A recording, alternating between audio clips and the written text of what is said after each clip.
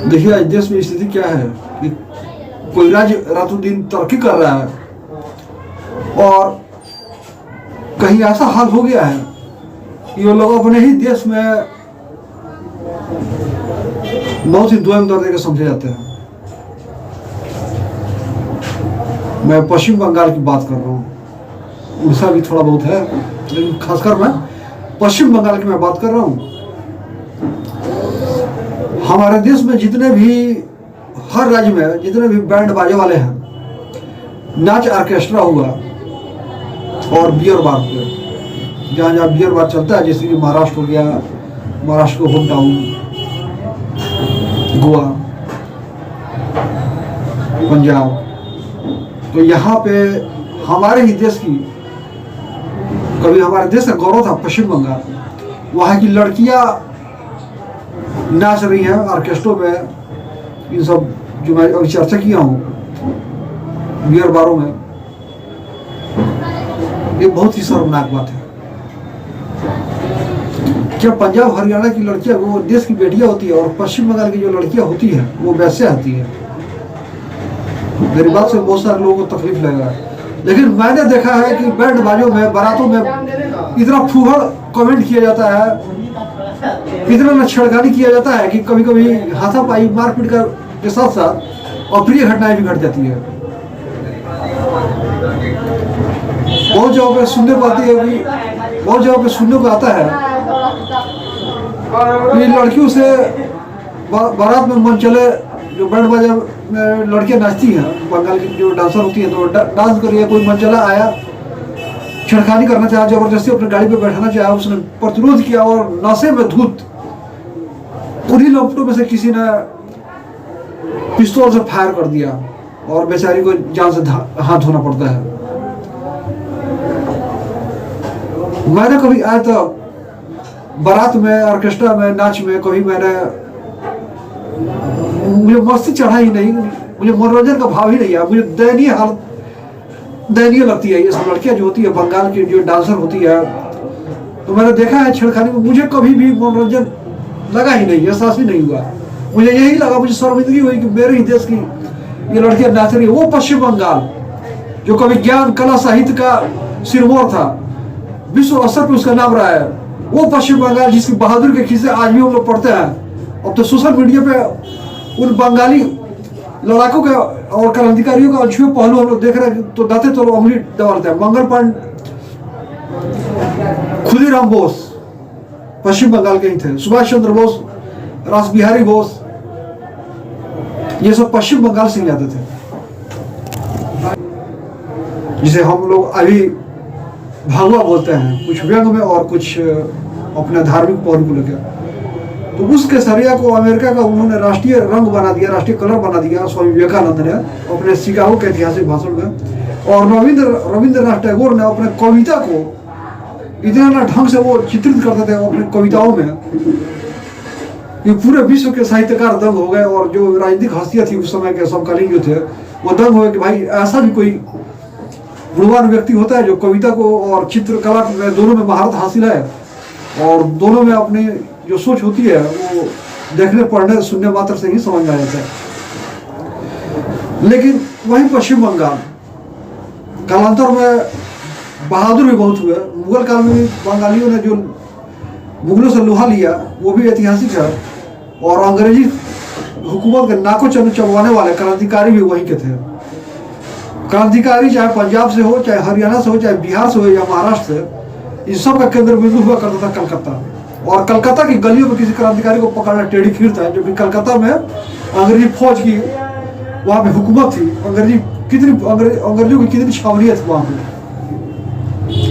Coast guard वहीं पे था, कस्टम वहीं पे था, ब्रिटिश सेना की तीनों सेना की इकाई भी वहीं पे थी। लेकिन उसी गली में, कलकत्ता की गलियों में क्रांतिकारियों की गतिविधियां भी चलती थी और जल्दी पकड़े नहीं जाते थे।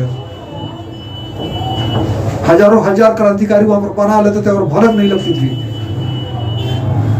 और पकड़ाते थे भी क्या तो दो चार। तो बंगाल बहादुर का भी गढ़ रहा है। लेकिन हाय रे भारत का भविष्य क्या बोलूं मैं, मुझे तो बहुत दर्द आ रही है कि आज उसी पश्चिम बंगाल में वहां की लड़कियां पूरा भारत के विदेशों में और अरब देशों में बियर बार में, बैंड बाजों में और नाच ऑर्केस्ट्रा में डांस कर रही है। ये भारत की परिधि तोड़ के अब वो ये कतर, ओमान और भी मलेशिया आदि देशों में वहां पे जाके वहां पर बियर बारों में वो डांस कर रही है और शरीर भी, अपना देह भी बेच रही है। और हम बोल उत्तर भारत के लोग या मध्य भारत के लोग बोलते हैं और बंगाली डांसर ला दो, फलाने ऑर्केस्ट्रा में कितनी डांसर है बंगाली। और हमारे ही राज्य की लड़कियां है, पंजाब की लड़कियों का बहुत गुणगान होता है, हरियाणा की लड़कियों को बहुत गुणगान होता है कि वो अपने जिज्ञासा से अपने खेल कूद में आगे बढ़ रही है, देश का नाम रोशन कर रही है। अगर ये सब सुविधाएं पश्चिम बंगाल में मिल जाए तो वहां की लड़कियां वो क्यों आएंगी बारातों में नाचने के लिए और ऑर्केस्ट्रा में नाचने के लिए या बियर बार में शराब परोसने के लिए। बाकी राज्य की लड़कियां बेटियां हैं और पश्चिम बंगाल की लड़कियां बेटियां नहीं है। और सबसे दुखदायी बात है कि वहां पर महिला मुख्यमंत्री है वहां पे, उसे तो और सर मतलब मैं क्या कहूँ, उसको तो चुल्लू का पानी में डूब मारनी चाहिए। वहां पे उसको रोजी रोजगार के पश्चिम बंगाल को भी भारत में सबसे आगे था उद्योग में, महाराष्ट्र से भी आगे था। और सारे जितने भी हमारे टाटा, बिरला, डालमिया, इन सब का हेड क्वार्टर कलकत्ता हुआ करता था। लेकिन नक्सली आंदोलन और फिलहाल उसके बाद जो है आपको ट्रेड यूनियन का चला दबदबा, बहुत सारे ट्रेड यूनियन हो गया, बात बात पे हड़ताल करना, बात बात पे जाम लगाना, राजनीतिक पार्टियों से पैसा लेके चक्के जाम करना। और इसका वजह क्या हुआ कि इतने ना दादागिरी होने लगे कि दादागिरी टैक्स से वो लोग घबरा के, जितने भी उद्योगपति थे उन्होंने अपना सियाना मुंबई में बना लिया। नुकसान किसका हुआ? तो पश्चिम बंगाल का। टाटा का नैनो कंपनी लग रहा था, बहुत सारे लोगों को रोजगार मिलता, लेकिन ये देश के दुश्मन कम्युनिस्ट और वामपंथी उन्होंने ऐसा जहर बोया और इतना कुत्सित प्रयास बार बार किया गया टाटा नैनो कंपनी हटाने के लिए कि वहां से हटा के महाराष्ट्र, गुजरात में लाया गया। टाटा का नैनो कार का कंपनी जो था वो गुजरात में लाया गया।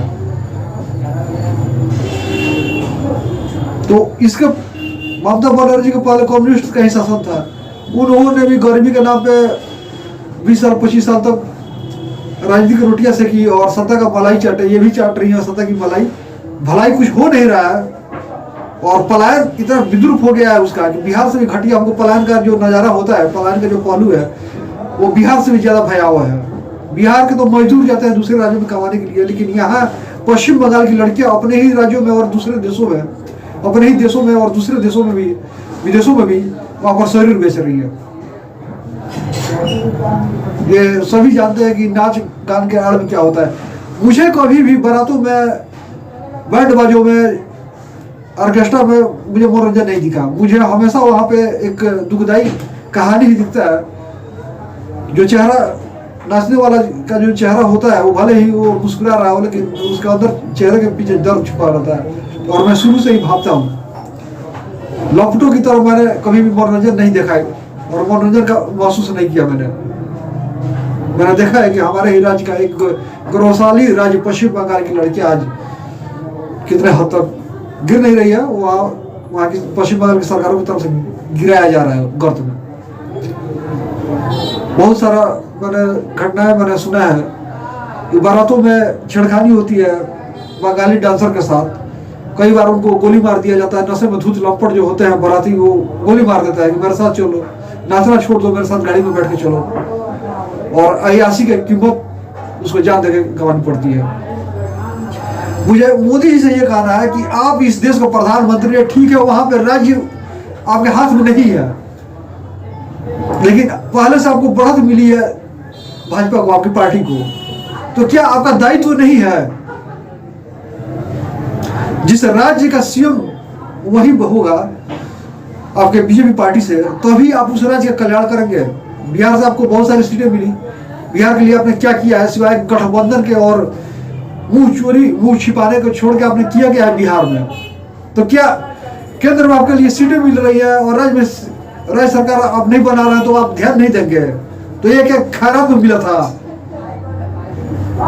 एक प्रधानमंत्री को ऐसा निम्न स्तर का सोच नहीं रहना चाहिए। कोई विशेष अधिकार आपके पास नहीं होता है किसी राज्य के लिए, लेकिन हाँ, सरकार बनाने के लिए, बिगाड़ने के लिए, गिराने के लिए आपके पास पता नहीं कहां से संविधान को पढ़ने उलट फिर हो जाते हैं। और कैसे सरकार बनती है गिराती है आज सब कोई समझ रहा है। एक समय था, एक मैं एग्जांपल दे रहा हूँ कि हम लोग जब छोटे थे तो फिल्म देखते थे तो लगता था कि अमिताभ बच्चन चलती ट्रेन से कूद गया, उतने ऊंचाई से कूद गए वो पानी में। कार रेसिंग में उन्होंने रेलवे क्रॉसिंग को तोड़ते हुए, रेलवे फाटक को तोड़ते हुए वो निकल गया। लेकिन अब समझ में आता है कि वो उनका डुप्लीकेट करता है, उनका हमशक्ल करता है। तो आज कहने का मतलब यही था कि आज की जो जनता है वो सब समझ रही है कि सरकार कैसे बनती है, कैसे बिगड़ती है। लेकिन मुझे नहीं लगता है कि जनता के प्रति, भारत की जनता के प्रति थोड़ा भी आप में मन आता है। आपकी पार्टी का फायदा जहाँ पर होगा वहीं पर आप स्टैंड लेंगे। सरकार बनानी है और आपके जो भीष्म पितामह है या जो रणनीतिकार हैं, जो चाणक हैं, उनके विशेष लाभ के लिए ही आप लोग कोई भी कदम उठाते हैं। ऐसे जनता आम जनता के लिए नहीं, आम जनता आपको वोट दे देती है। और रही बात पश्चिम बंगाल की भी, मैं पश्चिम बंगाल की भी बात कर रहा हूँ, तो क्यों हावी है? उन्होंने भोजन को महंगा नहीं किया है, जिससे आम गरीब जो है कम पैसे में गुजारा कर लेते हैं पश्चिम बंगाल के शहरों में। तो राज्य सरकार है उसी के पास जाएगा ना। और बीजेपी में क्या है कि जैसे ही राज्य सरकार बीजेपी का बनेगा तो कुछ प्रत्यक्ष चीजों पे महंगाई तो कम दिखेगी, लेकिन उगाही भी बहुत ज्यादा होती है। ये कहने सुनने की बात है और सभी भली बात से जानते हैं। तो मुझे यही कहना है कि पश्चिम बंगाल के लिए कुछ मास्टर प्लान तैयार कर रहे हैं। ये नाचने गाने की बजाय जो यहाँ वहाँ की लड़कियां है, वो एक तो प्राकृतिक प्रदत्त उन लोगों को सुंदरता मिली हुई है और कला का वो गढ़ रहा है। उन लोगों के डीएनए में कला होता है, तो वहाँ पर कला नहीं होता है, कला के बारे में उनका शोषण होता है, दोहन होता है, और भूखे पेट वो लोग उसी कला को आत्मसात करते हैं। जो कि संभावनाएं बहुत है, कला की भी बहुत सारे पहलू हैं। तो उस दिशा में ना जाके ये लोग ऐसे दिशा में जाते हैं, ऐसी दिशा में भटकते हैं कि नाच गान ही गौड़ होता है, वही प्रमुख होता है नाच गान, और उसी के बारे में उनका शोषण होता है। तो वो भी देश की बेटियां हैं,